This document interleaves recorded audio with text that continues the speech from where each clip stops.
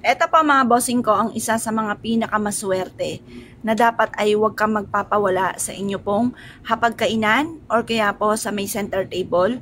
Pwede rin po ito sa office po ninyo, sa table po ninyo. Pwede rin po yun. At ito po ay magdudulot sa inyo ng kasaganahan at tagumpay sa buhay. Eto pa mga bossing ko, isa sa mga paborito ko na pampaswerte. Halos lahat naman po mga bossing, ang pinaka-powerful po niya yung kayo po ay magwi-wish ng mula sa inyo pong puso taimtim na panalangin. Ngayon po mga bossing, masasabi ko lamang po ay ganito. Kayo po ay humarap sa gawing silangan ng mga bandang 6:30 or kaya po ay alas 7. Mag-wish ka. Sabihin nyo po, sa pamamagitan ng pampaswerteng ito ay magtutuloy-tuloy ang pasok ng swerte. Siksik-liglig atong maapaw at maraming blessing ang dadating sa akin. Lahat ng aking mga pinapangarap ay kaagad ko itong makakamtan. Ganun ang mga pag-wish na walang gamit na sana, direct to the point. At pagkatapos mga bossing ko, ang gagawin po ninyo mga bossing, ibibilad ito sa sinag ng araw. Pero syempre mga bossing, lagi nyo po tatandaan, kung maraming pangarap, marami rin ang kayod mga bossing. Dapat po mga bossing ko, kayo po ay lalong magsisipag. Kapag gumawa ka ng pampaswerte, lalo kang magiging masipag dapat mga bossing. Upang sa ganon, mabilis nyo ma-achieve ang mga pinapangarap. Ngayon pa mga bossing, ibilad nyo ito hanggang alas 8 ng umaga. Pagtapos alas 8 ng umaga, ay kunin nyo na po ito at ilagay nyo po ito sa hapagkainan po ninyo.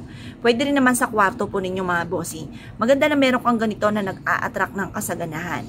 Ang bigas mga bossing ko, sa pool ito ay subok na napakaswerte.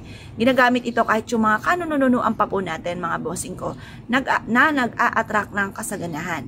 Ito pa mga bossing ko ay isa sa mga pinaka-powerful masasabi ko na napakaswerte.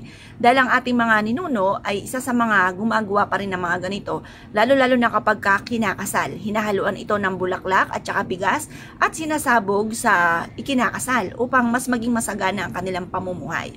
Or kaya po halimbawa bagong taon, naglalagay tayo ng bigas at ganoon din po yung 4 na sangkap, yung bigas, asin, tapos tubig, asukal. Yun po yung 4 na sangkap. Ngayon pa mga bossing, pag naman po mag-e-enter ka sa inyong bagong negosyo, panglilipat ka, magpapasok ka ng unang bagay, ang bigas ay hindi nawawala po dyan.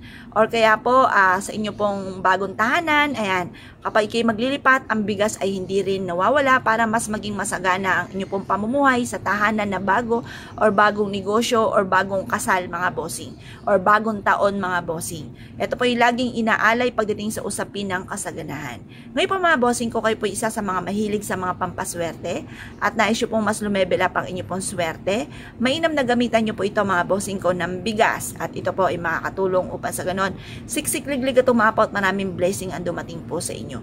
Kung kayo pinaniwala at nais nyo po itong gawin, ay siya huwag ka na magpatumpik-tumpik pa. Huwag ka magpapawala sa negosyo po ninyo, sa hapagkainan, or kaya maglagay ka ng ilang butil sa inyo pong pitaka, or kaya sa kahapon ninyo para laging masagana ang pamumuhay. At kung kayo po'y gagawa mga bossing ko at naniniwala sa mga gatong mga pamamaraan, ay siya mga bossing, good luck po sa inyo po lahat.